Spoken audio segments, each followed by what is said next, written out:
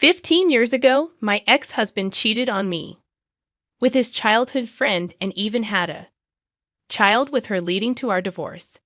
After the divorce, I suffered harassment from his affair partner and was eventually forced to quit my job. When I was at my lowest, my current husband rescued me and we built a happy family and live a peaceful life, but the happiness was short-lived. I unexpectedly ran into my ex-husband who abandoned me. 15 years ago, you're still single, aren't you? No one would marry a woman who can't have kids. You still can't say anything but nasty comments, can you? Unlike someone, my son is adorable like his mother, looking down on me with a smug smile. I retorted, oh really, he's very cute indeed. Oh, I should introduce my kids to you too. As I introduced my son, my ex-husband's smile faded and he began to tremble. My name is Emily Johnson. I'm 38 years old this year. I live with my 13-year-old son Kyle, my 11-year-old daughter Lily, and my husband of the same age, Mike. Kyle, a middle school freshman, is right in the middle of his rebellious phase. He's been quite mouthy lately, but when he really doesn't listen, Mike steps in and sets him straight. Lily, my daughter, loves makeup and clothes and is quite the fashionista. Being the youngest, she's very good at getting her way. My son Kyle, who adores his sister Lily, quickly panics and apologizes whenever she tells him, if you're not nice to mom, I'll start disliking you. He hurriedly says sorry. Sorry. Look, I'll get along with mom, okay? He's honest and always livens up the atmosphere, though noisy. We live happily. But actually, I'm a divorcee, and this is my second marriage. I divorced due to my ex-husband's despicable betrayal. It was 15 years ago when I was in a senior-junior relationship with my ex-husband John in college. We were blessed and had a smooth sailing relationship as we had many mutual friends. Soon after getting married, we both wanted children and would talk about how nice it would be to have them, even dreaming about dressing them up in matching outfits. However, reality wasn't so kind, and a year passed without us having a child. Each month when my period came, it strained our relationship, which neither of us liked. So we had many discussions and even underwent expensive fertility treatments. But when told there was nothing wrong, our marital relationship didn't improve. Initially, John was supportive and cooperative, but as time passed without a child, his attitude towards me began to change. He'd throw sarcastic comments like, when will I ever become a father? As if it was all my fault we didn't have kids. He stopped helping with household chores altogether, leaving me to do all the cooking, washing dishes, laundry, and cleaning. When I asked, why have you suddenly stopped helping with the chores? You used to help, he said, since you're infertile. If you don't at least do the housework, you're not fulfilling your role as a woman. What's the point of our marriage then? His words became increasingly thorny over time. My sister and her husband are already expecting their second child. Isn't that great? They're on their second, and we don't even have our first. Right? He would glare at me with harsh eyes, mocking and despising me. If you had a normal body, I would have been a father long ago. How can you say I'm not normal when we don't even know the cause yet? But John retorted, infertility is always the woman's fault.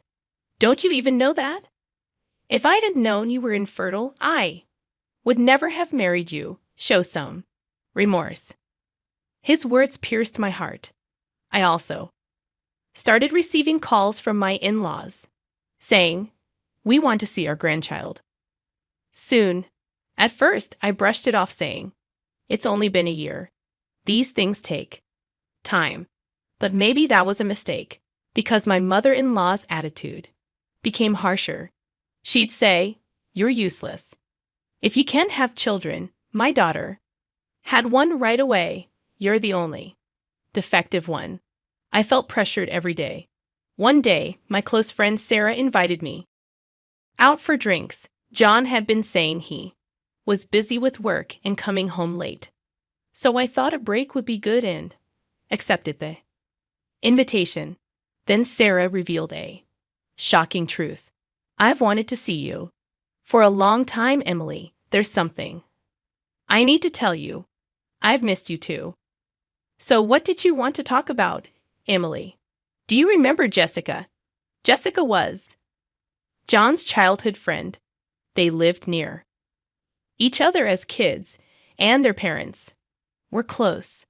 Jessica and I went to the same university, and now she works at my company. She's the president's daughter and got her job through connections. Jessica and I weren't particularly close in college, as we were in different clubs and departments, and we barely interacted at work. John once introduced me to her, saying she's my girlfriend, so be nice to her. But she glared at me, perhaps not wanting to lose her childhood friend. So I thought she disliked me and kept my distance.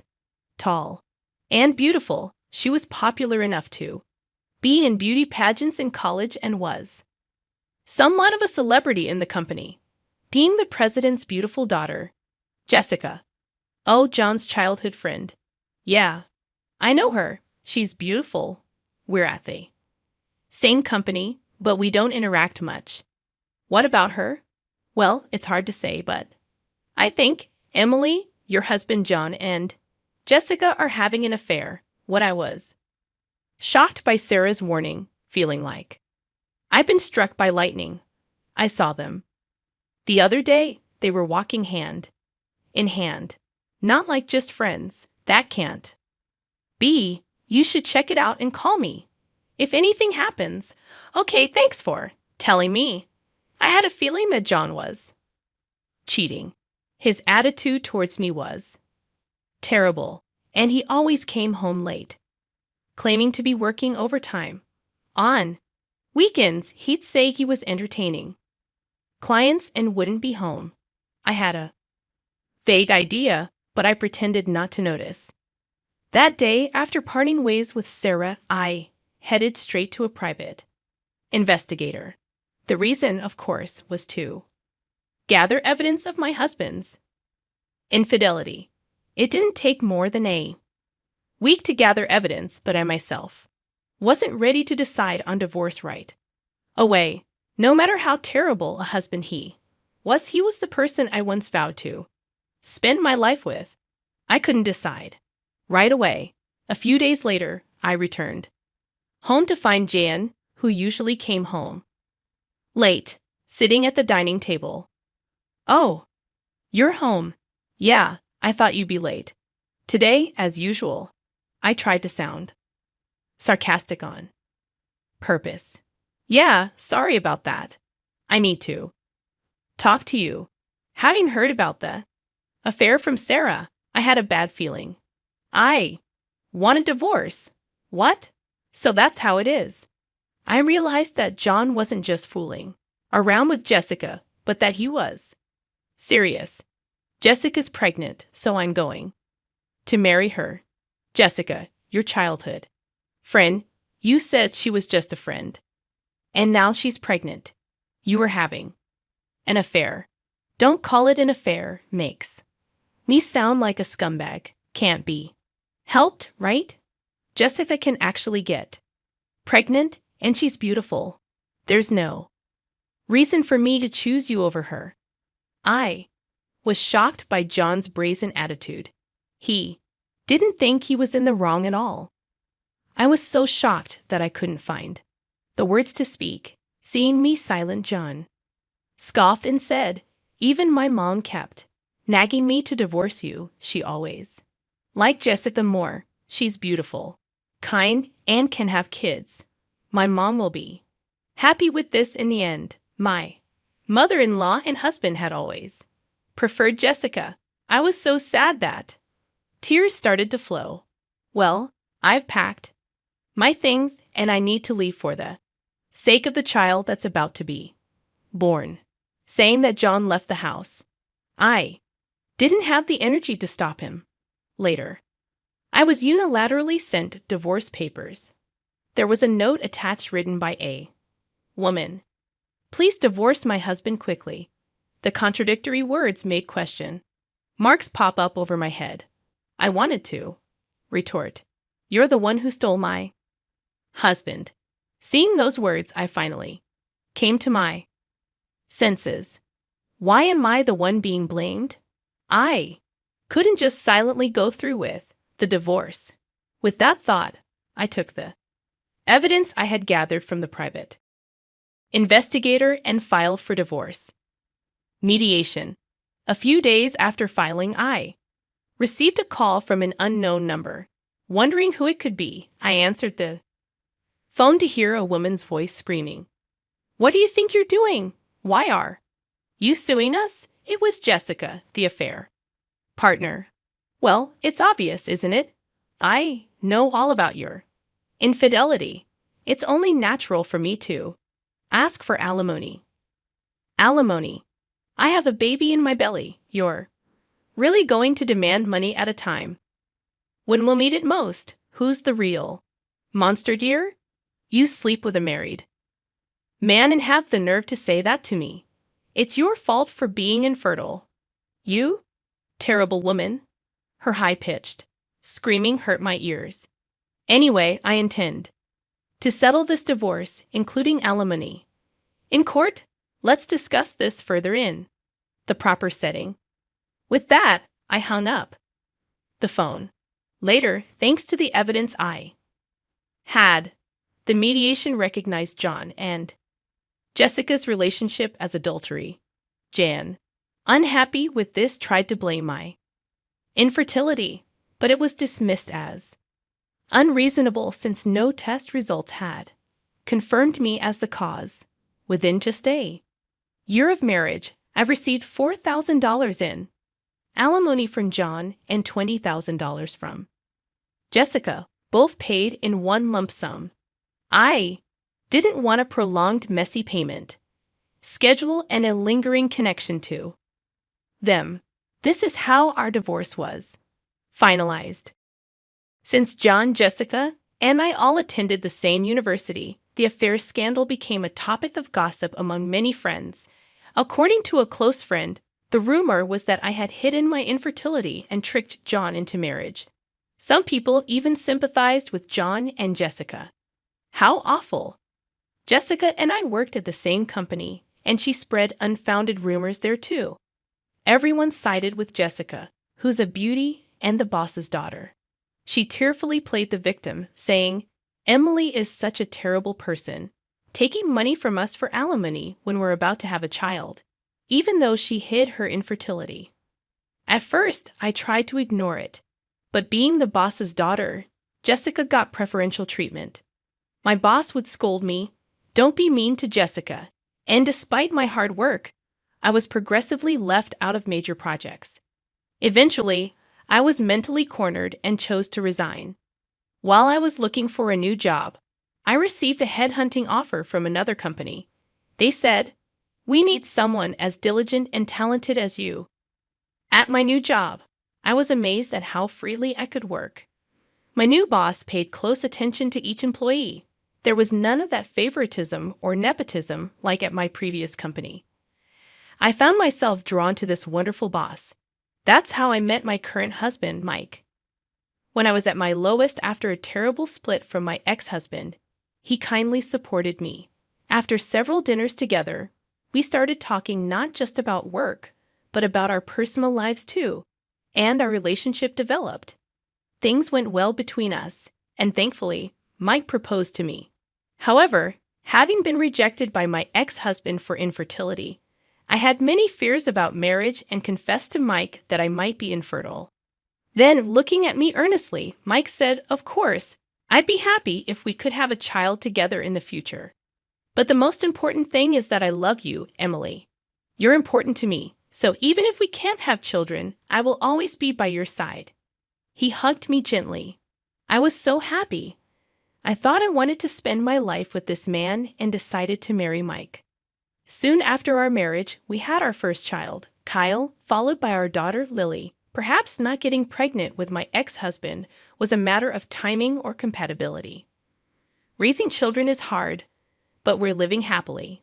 Then, one day, I attended a friend's wedding. During the middle of the ceremony, when it was time for greetings and mingling, I stepped out to go to the bathroom and saw my ex-husband Jan, whom I hadn't seen in 15 years. Bob, why is he here? I panicked for a moment, my mind going blank. But then I remembered that today's bride and groom were friends from college. It made sense for John to be there. I tried to ignore him and walk past, but he called out loudly, "Hey." So he noticed me. "What? You've put on weight, haven't you? It's been so long since I've seen you." Jan, seemingly drunk, talked loudly and spat while speaking. "You haven't changed a bit," I added in my mind, still as unpleasant as ever. Then John called his family over. There was Jessica and their son. Seeing my face, Jessica smirked and said, "Oh, it's been a while. Have you gained weight? Is it stress eating? Must be tough. I bet you're still an infertile woman with no one to take you, right?"